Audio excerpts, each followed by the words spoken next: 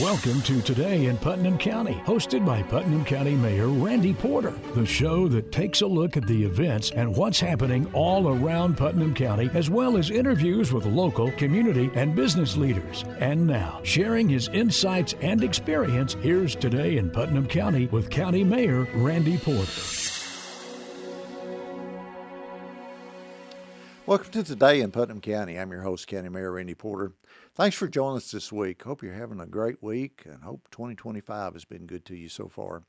Our program today is about the library system here in Putnam County, and we have a terrific one. And my guest this week is Kathryn Wisinger. She's the director of the library. And I got Miss Cindy Putnam, board member, foundation. All kinds of fun things. Just involved with the library. I know you love it. And we want to talk about our library system this week. And we got some great things happening at the library and some new additions and things we want to talk about. So thanks for being on the show this week. Yeah, you're welcome. Thanks for having us. I think we're really excited and glad to be here today. Well, Yes. I'm glad to have you. You guys are a big part of our community. And Cindy, I won't name all the stuff that you've done, but the library's part of it. WCT, you've done a lot of stuff. And Kathryn, you've just done a great job taking over the director of the library and running with it. I know it's a passion. People think, though, I think we get sometimes old library memories, you know, and going to the library. And that's before we had the internet or we had everything available to us at our fingertips on our cell phone and everything, and going and having our card and check out our books. The library still does all that. We sure do. But it's a lot more, though, isn't it? I mean, Yes. You think about the library maybe kind of dropping, but y'all are really growing and booming. Tell us about that. Yes, absolutely. And people ask me that a lot because of digital resources and how prevalent they are, why we even need libraries. And I feel like they're more important than ever because we serve really as a community hub for people to come and socialize and learn and grow. And there's very few places left that do that. Yeah. We have, of course, we have computers and technological help. You can get one-on-one tech help. We have a memory lab, which is really neat, where you can turn all of those 8 tracks and cassette tapes into a digital format. Wow. So turn analog into digital. That's amazing. And you can do it yourself. They will really show amazing. you how to do it. It is. But you can actually do it yourself. So it's very cost efficient for you to go up and do it yourself instead of hiring someone else to do it. I posted one of the pictures of Blockbuster Video opening its grand opening back in the 90s this week. Right. And I was thinking back on the VHS tapes and the cassettes and the 8 tracks and all those things. So you actually are able at the library to allow folks to transfer that and make it into digital that they can keep then and keep the memories? Correct. Yes, we sure do. That's and amazing. And like Cindy said, it's free. It's a completely free service. We'll teach you how to do it, and then you just get to transfer whatever you want. Well, I got to dig out of the basement all the old cassettes and. You know, the bad thing is those tapes really deteriorate over time. And so if there are precious ones that you have memories of when your daughter was younger or all those kinds of things, you really want to make sure that you're taking care of those. So you need to get them out of the basement. You need to get them out of the basement. That's right. Cindy, you've been involved in so many things in our community. You've been a great asset and a leader in our community. You. How'd you get involved with the library? Well, Kathryn and I actually still work for the Putnam County School System, and Kathryn was a Putnam County School System employee, and we think a lot alike. Kathryn is a very visionary person, so she had a great vision for the library. And when she came on board and asked me, would I continue to serve on the library board, I was delighted because I truly believe that our public library is a hub of our community. Absolutely. There are so many things that go on in the library, and like you said, we still think of library in the old days. You still need to be respectful and quiet when you're there, but when you go in, there are so many more resources and activities that are available. And one of the things that I absolutely love the most, of course, I'm an avid reader, but I love the Tennessee Room. I love genealogy. That is one of the most relaxing, peaceful places in the whole world, and you can go sit and get out all the books, and you can look things up, and you can look at the microfilm that they have, and all those kinds of things, and the history. And I'm a real history buff about Putnam County anyway, so I absolutely love those things. It's great. And a lot of folks may not know, it's not just the Putnam County Library that's in Cookeville. Correct. You've got them in every one of the cities, right? Yes, there are 4 libraries in our system. Allgood, Baxter, Monterey, and Cookeville are all represented. And we're really proud of that. We have a fantastic library system in this county.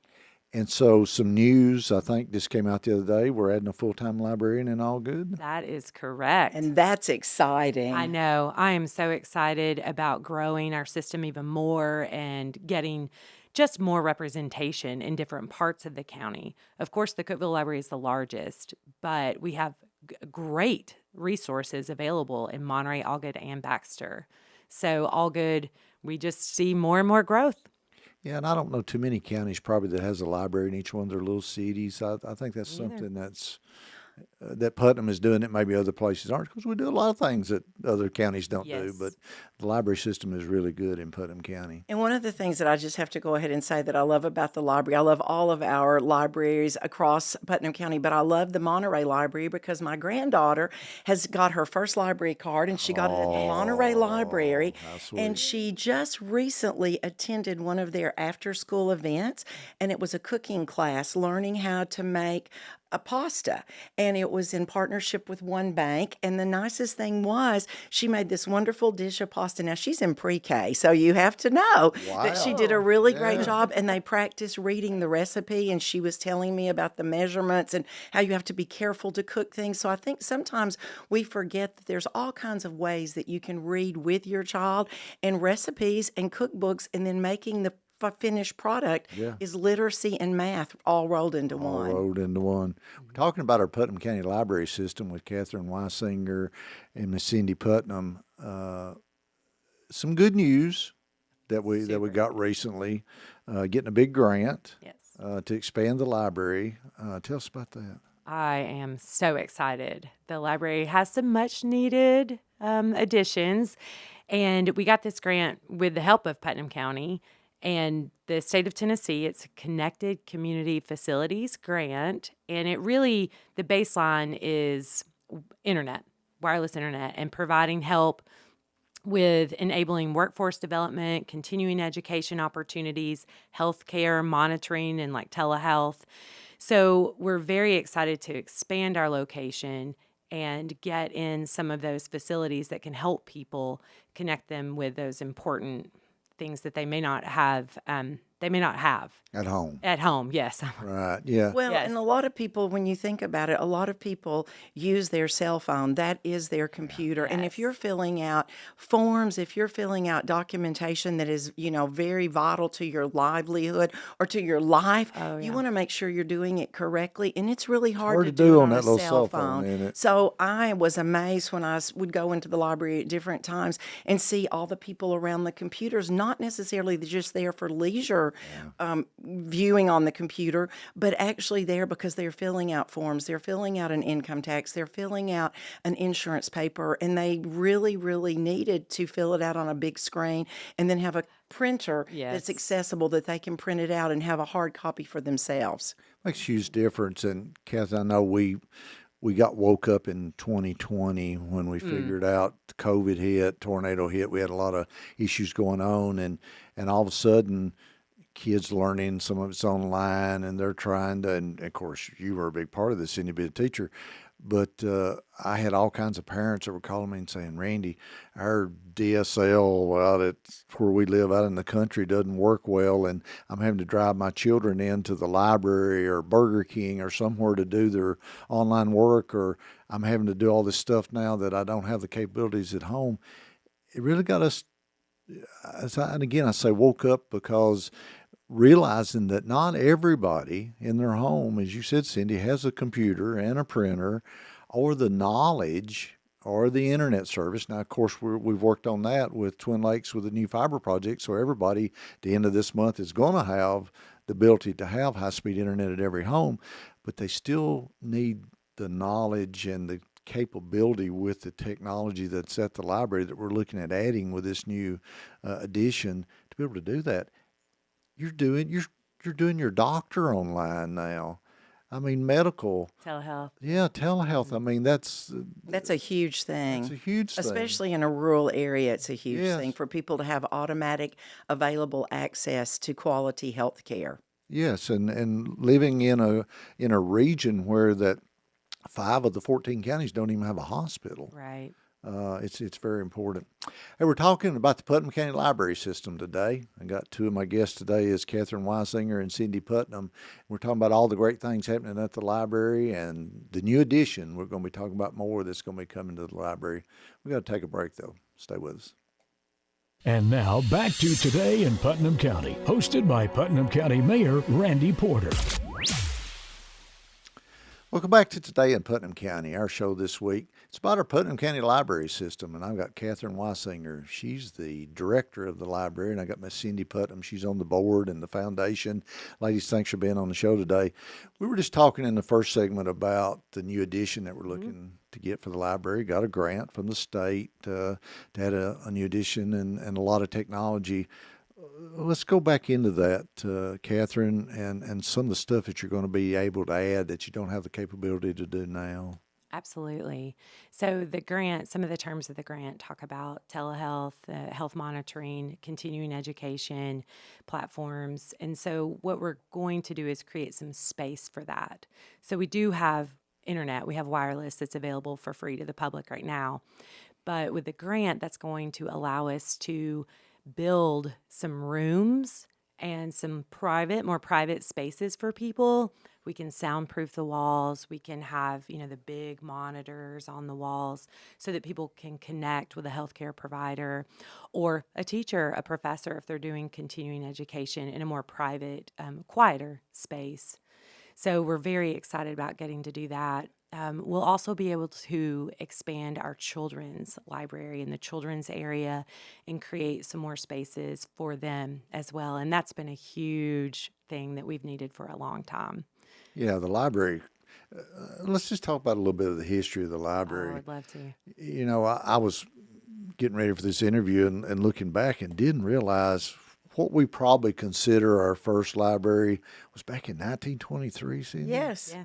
I mean, It was, and it was started by a group of women the Book Lovers Club, who really felt like it was important to have a public library. So it was started in a woman's house in a corner on a little bookshelf. And I think, if I'm correct, when I read the history of it, because that's the great thing about the library, the history of the library was at the library in the Tennessee room. So when I read all through that, they started it out with 10 books, and you could go there and you could check out one of those books. And I think it's amazing how much we've grown. And then we went from there to the Howard Hospital, of what I know as the Howard Hospital, Right. the old Board of Education. Right. And then we're in our brand new, and I remember I'm a native Cookevillian, so I remember when the library was being built, I thought that was the most modern building in the whole world. And it You know, was. it was. We didn't have buildings like that in Cookeville. Nothing looked like that.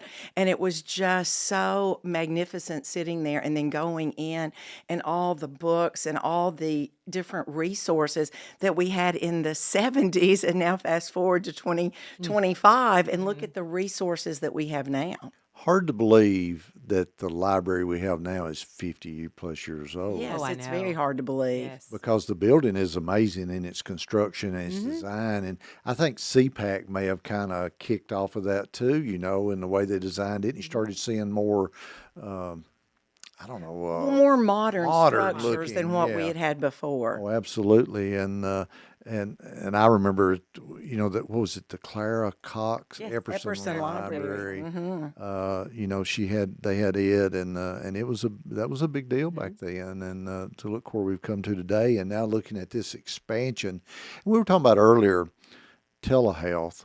Right. Is a big deal anymore. And you got your cell phone or your tablet or your computer, and you schedule an appointment with your doctor, and they're diagnosing you across video, and instead of having to go to a doctor's office or to a specialist somewhere. That's becoming a really big thing. I know in the county's health insurance plan with Blue Cross, they push that, and there's not that many regular private doctors anymore that to go to. What you think about your general doctor that we used to go to, the Dr. Francis's and Jones and Crabtrees and all those. There's not that many of those anymore, and sometimes it's hard to get in to that. But with this telehealth, it's available 24/7, and that's going to be a big deal with what you're going to be doing at the library and allowing that to happen and teaching folks how to use that, right? Yes. And as Cindy said earlier, in rural areas, it's a real problem, access to health care, especially like you were saying, general care, primary care physicians. It's super difficult. And most people just go to, a fast pace or something, a convenient care clinic. And so this hopefully will help us be even more healthy community. And we also offer at the library already, we work with the health department here. Yeah. We have lots of resources and things for people. So I'm hoping that it can be just a big connection point for healthcare and health resources. You have a lot of people that come in just to use the computers, right? We do. We do. Writing resumes for jobs, y'all help them do that? Yes, we have a really robust system to help people with employment opportunities. We partner with the Tennessee Department of Human Services and also Goodwill Career Solutions. Both of those organizations are so helpful, but we do interviewing skills and job prep and resume writing and talk to people just how to navigate employment. Because when you think about it, like getting the job is kind of just the first step. And then it's like, okay, how do I keep it? Yeah. What do I do? And so we have classes and sessions and all kinds of things to support people who are job seekers. Yeah. Well, and also just the facilities in the library, the actual physical facilities. We have the community rooms, and you can check those out. And I know there have been so many times when working for the school system, we've needed to meet somewhere, and it was like every place that we could meet, somebody's already meeting there. So then we think about, we can go to the library. So you have that you can check it out, you can schedule it, and that's a really great asset to our community. But one of the things that was so eye-opening to me when I became on the board of trustees was how much all the new digital materials cost. It was unbelievable. And when I look at those budgets, and Kathryn has done such a marvelous job explaining that to those of us who are not budget savvy, but when I look at that and just see what the base amount is for us to stay current, to supply what the people in the Upper Cumberland need, it's really expensive. It's incredibly expensive. When you start talking about budgets, I mean, you're getting most of your revenue from the county and the cities, but you've got other avenues, Friends of the Library, the foundation, other things, grants, all kinds of things. But people probably don't have a clue. I mean, your budget's what, million? A little more, about 1.4. Yeah, 1.4 million to run the library, but it's not just about the books as we was talking about. No. Your digital stuff. I was looking at a lot of that on your website, and you got a great website, okay? Oh, thank you. PClibrary.org if you want to check it out. But you got all kinds of ebooks and electronics and everything. Talk about that a little bit. Yes, we have two different digital libraries. We have one that's a consortia through the state, Tennessee Reads. The app is called Libby, so most people know it through Libby. Yeah. And then we have another one called Hoopla, and both of those cost money. We buy books, but they are an incredible resource because, of course, people can get them like we were talking about on their phone. They can have access to books anytime, anywhere.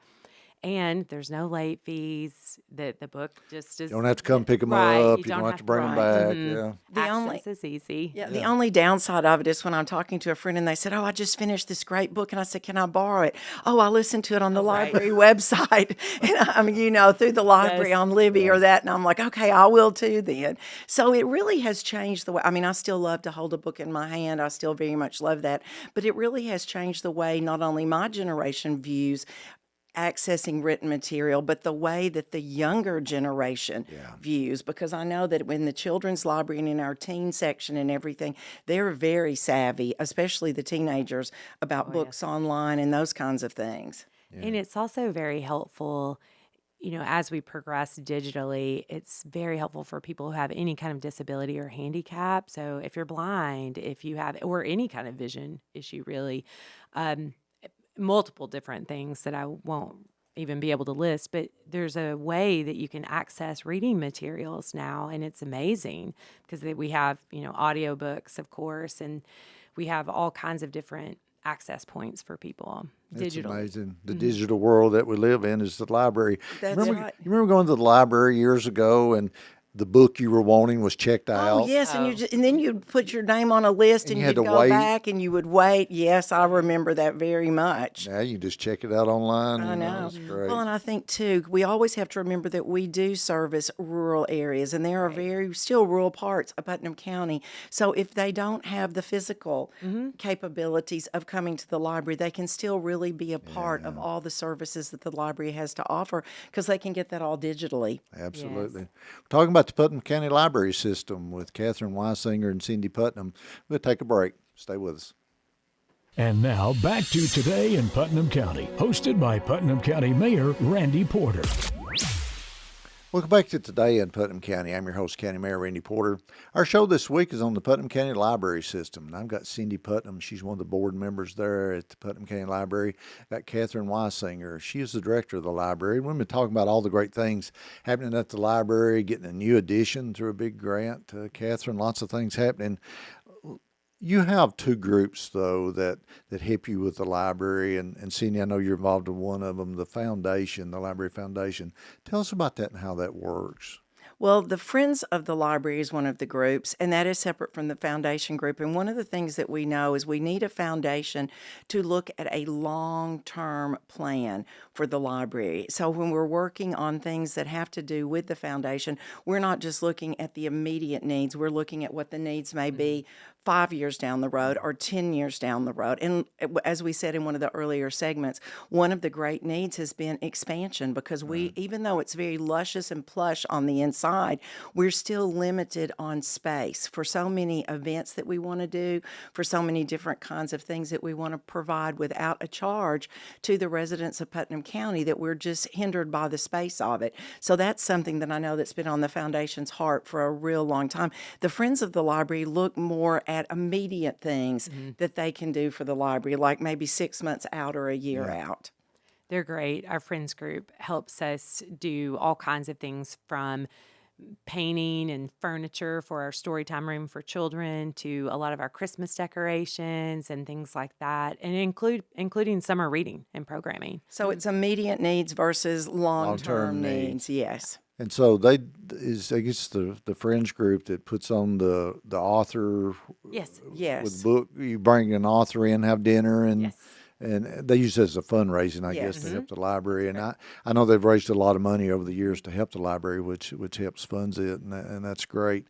You're doing something that we talked about during the break, helping students with student loans and student scholarships and all those kind of things. Can you talk about that? Well, I'm going to say it's a little bit more helping parents because even though the students are going to benefit from it, the parents actually have to provide the information.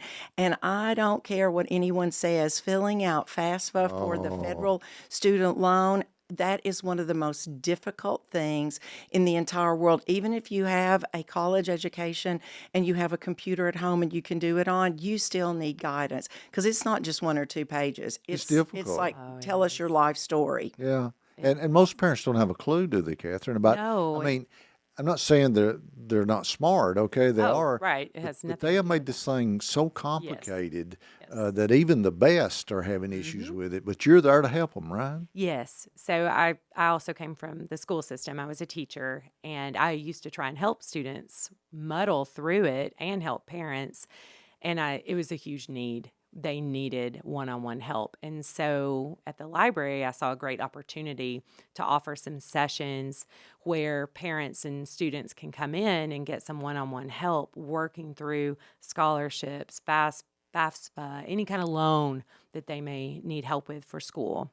And the nice thing about that is the parents can come in and it really does open up that conversation where the kids can see firsthand how important this is. And in a rural area, we have so many parents who did not have the resources to be able to go to college. So their child may be the first person in their family who's going to college, and they really are at a disadvantage because they don't really know where to start. And there are funds available and wonderful scholarships. But like Kathryn said, if you don't know how to navigate the program to get to those things, it's very difficult. Why do they make it so complicated?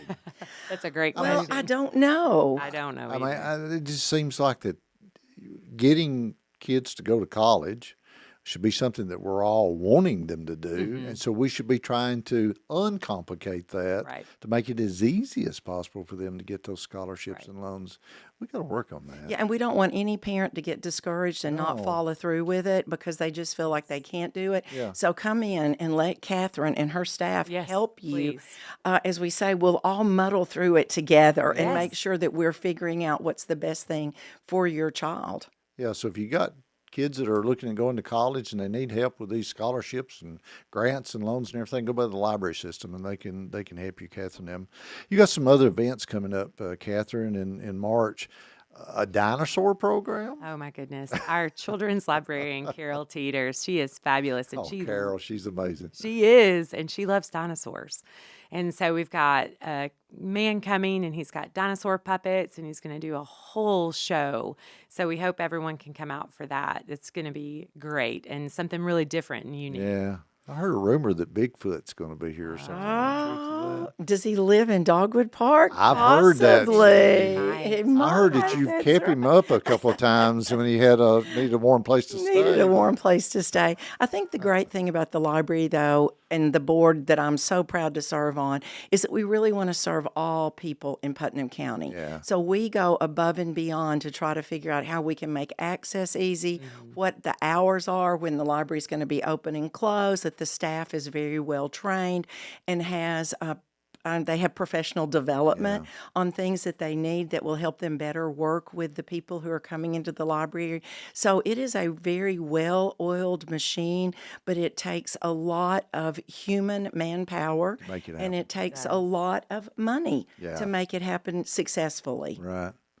Talk about, this caught my eye, 1,000 books before kindergarten. Yes. Really? Yes. And we've already had 3 children complete it. That's amazing. It is. Well, one of the things that we know as educators is the more a child is exposed to the oral languages, the more that you are talking to them and reading to them, the better it increases their oral vocabulary. And, you know, we have kids, I'm sad to say, that come into the Putnam County school system that have never gotten to hold a book in their hand. I know that's very sad. And so just having a book in your hand with your child, showing them how to hold it, talking about the cover page, the author who illustrated it, going from page to page, letting them track along with their finger or your finger and their finger while you're reading to them. That is just the foundation for their entire school career. And 1,000 books before kindergarten is a free program that we offer, and anyone in the children's section can tell you about it. And it's just one of the greatest things that parents or grandparents or great-grandparents can do with their children. How many books? How's that work out before kindergarten? I mean, you got to read so many a week or year or month. How's it work? Well, it's really self-directed. So parents can come in and they pick up a log, like a reading log, and we do 100 at a time because that seemed like a good chunk to manage. Yeah. And they read with their child and they just keep track. And maybe you have this experience with children and grandchildren, but a lot of the times it's the same book over and over and over. Oh, So yeah. we'll see Goodnight Moon, maybe 37 times. The Hungry The Caterpillar. Hungry Caterpillar. And that's fine. That's great. As long as you read. As long as you're reading. I remember reading to my granddaughter, and of course she's 8 now. She's in 3rd grade, but when she was younger, and you read it, but she had it memorized. Right. Yes. And so she already knew what it was going to say, and she was, filling in the blanks before you got to that. So it's key for our children to start reading when young, and that's sad that we see kids that the parents are not reading with them. But we have so much going on in our society and world today with drugs and grandparents raising their grandkids and all kinds of stuff. And it's not like it.